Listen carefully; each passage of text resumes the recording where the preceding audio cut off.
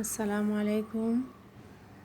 আমি এদিকে আচার বানিয়েছি, জলপাইয়ের আচার, টক ঝাল মিষ্টি, খেতে খুব সুস্বাদু। আচার কার না ভালো লাগে? ভাতের পাশাপাশি, খাবারের পাশাপাশি, নাস্তার পাশাপাশি আচারও খেতে খুব ভালো লাগে। তাই এই আচারটা আপনাদের সাথে আমি শেয়ার করব। আমি এদিকে প্রথমে জলপাইগুলো সিদ্ধ করে রোদে, তারপরে কষলিয়ে জলপাইগুলো ভেঙে নিয়েছি। এখন তেল গরমে বসালাম। তেলটা গরম হয়ে গেলে আমি জলপাইগুলো তেলে দিয়ে দিব। জলপাইগুলো তেলে ছেড়ে দিলাম আমি।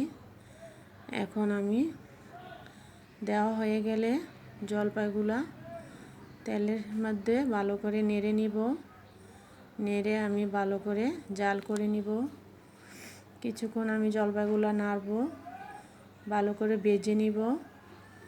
এই যে আমি প্রথমে জলপাইয়ের মধ্যে হলুদের গুঁড়ো দিয়ে দিলাম। হলুদের গুঁড়ো দিলে কালারটা সুন্দর হয় আচারের, দেখতেও সুন্দর লাগে, খেতে ভালো লাগে। তারপর আমি এদিকে দিয়ে দিব কিছু লবণ। জলপাইয়ের মধ্যে কিছু লবণ দিয়ে দিব, কারণ জলপাইটা খুব টক হয়। লবণটা দিলে টকের পরিমাণটা কমে যায় এবং জলপাইটাও খেতে ভালো লাগে। চিনি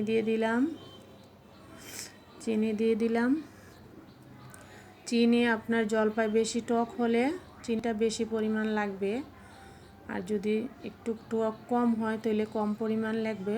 যে যেমন খান ওই পরিমাণ মতো দিবেন চিনিটা। এখন আমি আবার নেড়ে নিব, ভালো করে জাল করে নিব। এই যে আমার জলপাইগুলো লাল লাল হয়ে গেছে, ভাজা হয়ে গেছে। এখন আমি গরম মশলার গুঁড়া আর শুকনা মরিচের ফাঁকি একসাথে করে নিয়েছিলাম, এটা দিয়ে দিব। এটা দিয়ে ভালোভাবে জলপাইয়ের সাথে এটা মিক্স করে নিব। কিছুক্ষণ নেড়ে চেড়ে ভালো করে জাল করে নিব। এই যে আমার আচার হয়ে গেছে। এখন একটু নেড়ে চেড়ে এটা আমি চুলা থেকে নামিয়ে নিব। যে জলপাইয়ের কালারটা অনেক সুন্দর হয়েছে। যত জাল করবেন ততই জলপাইয়ের কালারটা চেঞ্জ।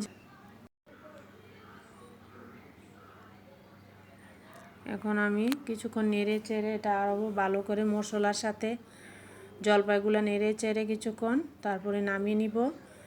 এই যে আমার জলপাইয়ের আচার হয়ে গেছে। দেখেন কালারটা মাশাআল্লাহ কত সুন্দর হয়েছে।